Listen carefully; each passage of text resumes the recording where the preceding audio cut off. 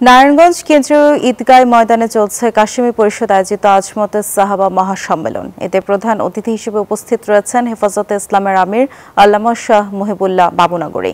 বিশেষ অতিথি হিসেবে উপস্থিত থাকবেন বিএনপির স্থায়ী কমিটির সদস্য সালাউদ্দিন আহমেদ। এ নিয়ে আরো খবর জানাতে যুক্ত হচ্ছেন সহকর্মী শরীফ সুমন।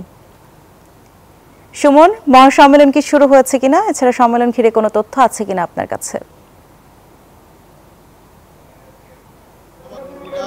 জানাচ্ছিলেন যে নারায়ণগঞ্জে কেন্দ্রীয় ঈদগাহ রয়েছে, সেই ঈদগাহ ময়দানে কিন্তু আজমতে সাহাবা নামে যে ইসলামী মহাসম্মেলন কিন্তু ইতিমধ্যে শুরু হয়েছে এবং আমন্ত্রিত অতিথিরা কিন্তু ইতিমধ্যেই যে সভামঞ্চে তারা উপস্থিত হয়েছেন। আপনারা দেখতে পাচ্ছেন এখানে হেফাজতে ইসলামের আমির আল্লামা শাহ মুহিবুল্লাহ বাবুনগরী এবং বিএনপির যে স্থায়ী কমিটির সদস্য রয়েছেন সালাউদ্দিন আহমেদ সহ এখানে বিএনপি এবং হেফাজতে ইসলাম সহ বিভিন্ন রাজনৈতিক দলের নেতৃবৃন্দ কিন্তু উপস্থিত রয়েছেন এবং এখানে কিন্তু স্টেজে আপনারা দেখতে পাচ্ছেন যে তারা আমন্ত্রিত অতিথি বাবুনগরী এবং সালাউদ্দিন আহমেদ সহ যারা রয়েছেন এখানে তারা কিন্তু উপস্থিত রয়েছেন। তারা এখানে আলোচনা করছেন এবং এই সভামঞ্চে কিন্তু লোকে লোকারণ্য হয়ে পড়েছে। বিশেষ করে বিএনপি এবং হেফাজতে ইসলামের বিভিন্ন অঙ্গ সংগঠনের নেতৃবৃন্দ কিন্তু এখানে উপস্থিত রয়েছেন। পাশাপাশি এই ময়দানটি রয়েছে ঈদগাহ ময়দানটিও কিন্তু ইতিমধ্যে